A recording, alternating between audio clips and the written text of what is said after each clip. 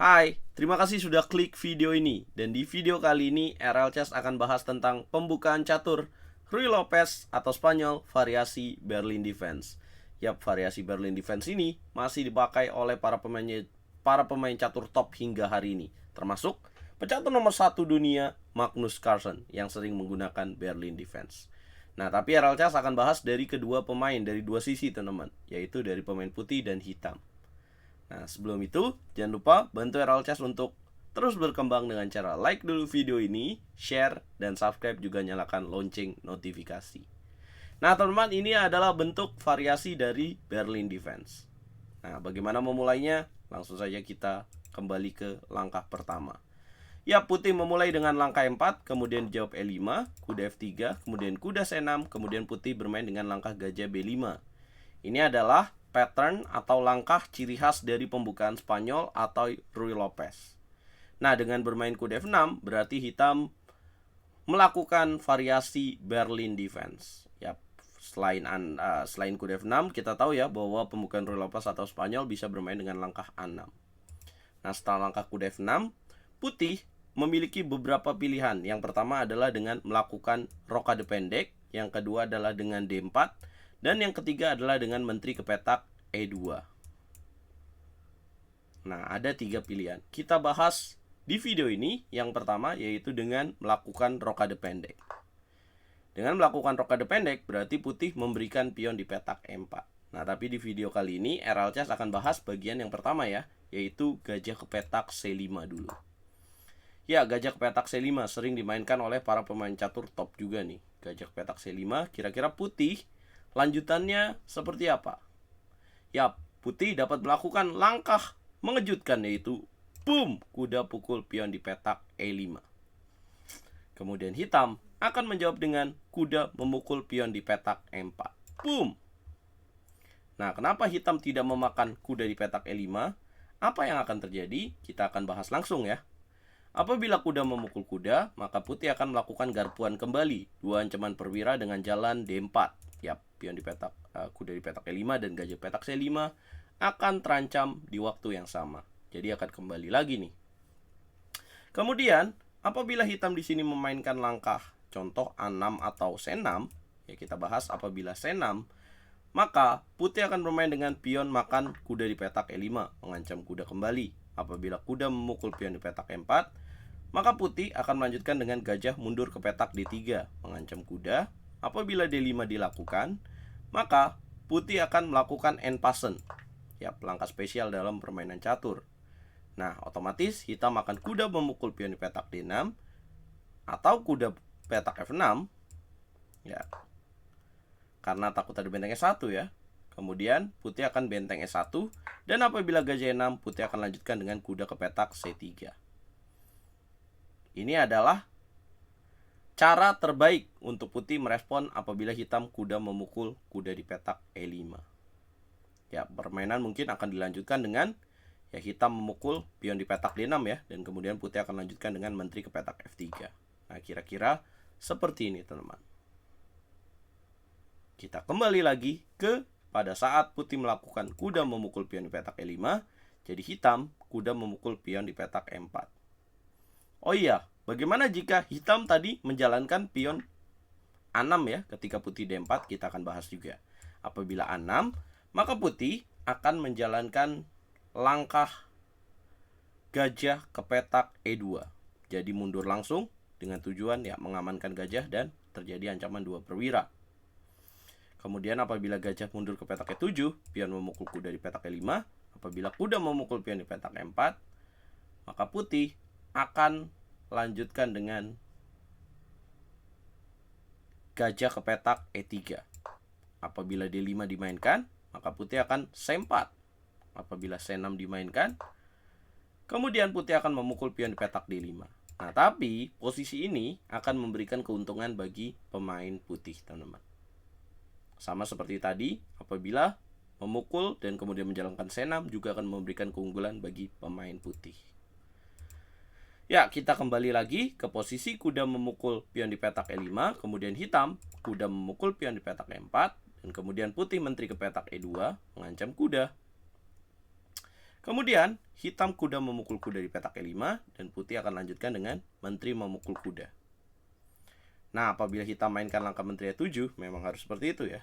Menteri ke petak E7, maka putih akan lanjutkan dengan kuda C3. Ya, kuda C3 tujuannya adalah untuk kuda D5. Hitam mainkan langkah kuda ke petak G6.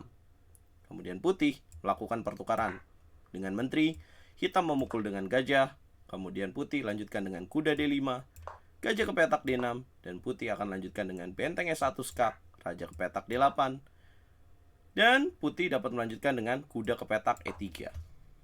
Ya, tujuannya apa? Untuk kuda ke petak F5.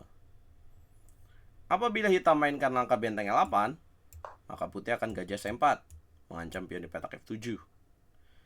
Kemudian, apabila hitam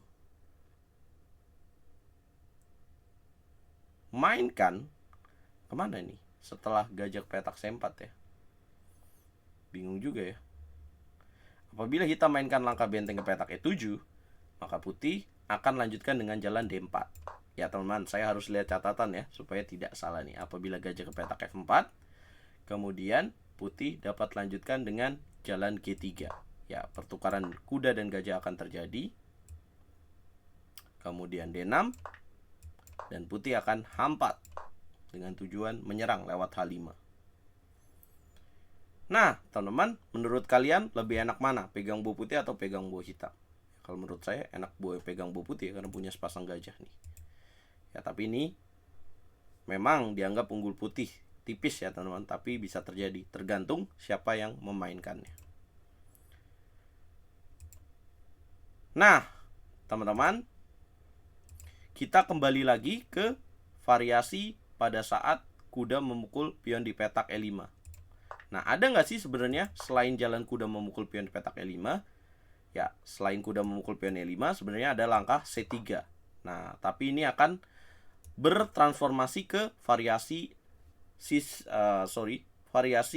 Ruy Lopez variasi yang klasikal atau yang sebelumnya atau yang lama, teman-teman. Bukan pada Berlin lagi. Nah, kemudian kuda memukul E5 makan, kita ulangi lagi, kemudian menteri E2, menteri ke petak E7, karena ada pembahasan lain ya, yaitu pada saat momen kuda C3. Nah, ada nggak sih jalan selain kuda C3 yang bisa dilakukan oleh putih? Nah, dalam pembahasan ini, putih bisa menjalankan langkah D4. Nah, tapi kenapa tidak dilakukan?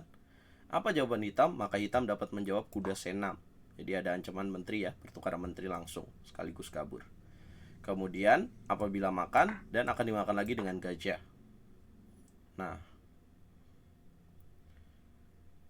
Nah, atau pilihan lain buat putih adalah menteri ke petak G4. Tapi juga ada jawaban H5 yang akan dimainkan oleh hitam. Apabila menteri G7, kemudian gajah D4, menteri G3 akan ada A6. Seperti ini teman-teman.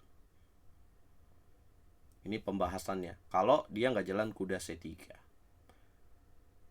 Nah, ini seimbang nih kalau kayak gini. Walaupun ya terlihat bahwa hitam bahaya ya, tapi ini menunjukkan seimbang, malah bagus hitam dikit. Nah, setelah kuda C3, tadi kuda G6 makan. Pilihan lain ada nggak sih selain makan dengan gajah? Ya, pilihannya adalah makan dengan kuda. Tapi ini kurang bagus, karena putih akan benteng E1. Kemudian, apabila hitam melakukan rokade, ya, karena apabila hitam C6 di sini akan ada jalan kuda E4. Jadi bahaya, akan masuk dengan kuda D6. Benteng E1, kemudian rokade, maka putih akan lanjutkan dengan jalan D4. Ya, gajah tidak bisa makan karena kuda akan jatuh, gajah ke petak B4. Kemudian putih akan lanjutkan dengan A3, gajah pukul kuda, makan lagi, dan dengan sepasang gajah ini akan memberikan keuntungan bagi pemain putih, teman-teman. Nah, gitu deh. Kira-kira pembahasan di part 1 tentang pembukaan Ruy Lopez variasi Berlin Defense. Nah, teman-teman, coba ulangi lagi video ini kalau kalian kurang jelas ya, atau kalian bagaimana sih cara terbaik ketika sudah menonton video ini? Cara terbaiknya adalah dengan membuka papan catur sambil menonton video ini dan kemudian mengulanginya. Ini adalah langkah-langkah terbaik dalam 11 langkah awal pembukaan catur Ruy Lopez variasi Berlin Defense di bagian 1. Nah, teman-teman, bantu video ini berkembang. Kalau video ini ramai, nanti akan kubuat series berikutnya.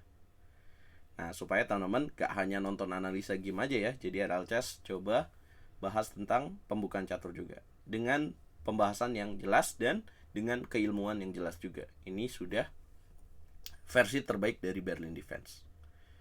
Teman-teman, bantu video ini berkembang dengan cara like, share, komen, dan subscribe. Terima kasih semuanya. Kita ketemu di pembahasan berikutnya. Catur Yes Indonesia, Jaya Bosku.